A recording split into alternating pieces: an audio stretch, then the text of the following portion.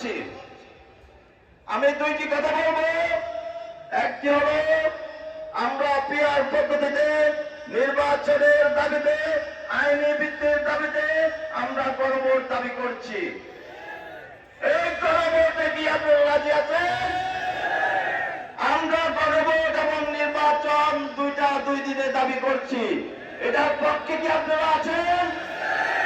আমরা আল্লাহর আইন ও সৎ লোকের শাসন চাই। এটার পক্ষে কি আপনারা আছেন? আমরা সন্ত্রাস মুক্ত বাংলাদেশ চাই। এটার পক্ষে কি আপনারা আছেন? সুতরাং আগামী নির্বাচনে কোন সন্ত্রাসীকে আমরা সন্ত্রাসী করতে দেব না কোন কেন্দ্রে। এটাতে রাজি আছেন? আমি আরেকটি কথা বলবো, সেটি হলো যে আমাদের স্লোগান হবে, সবাই স্লোগান ধরবেন, নারায়ণ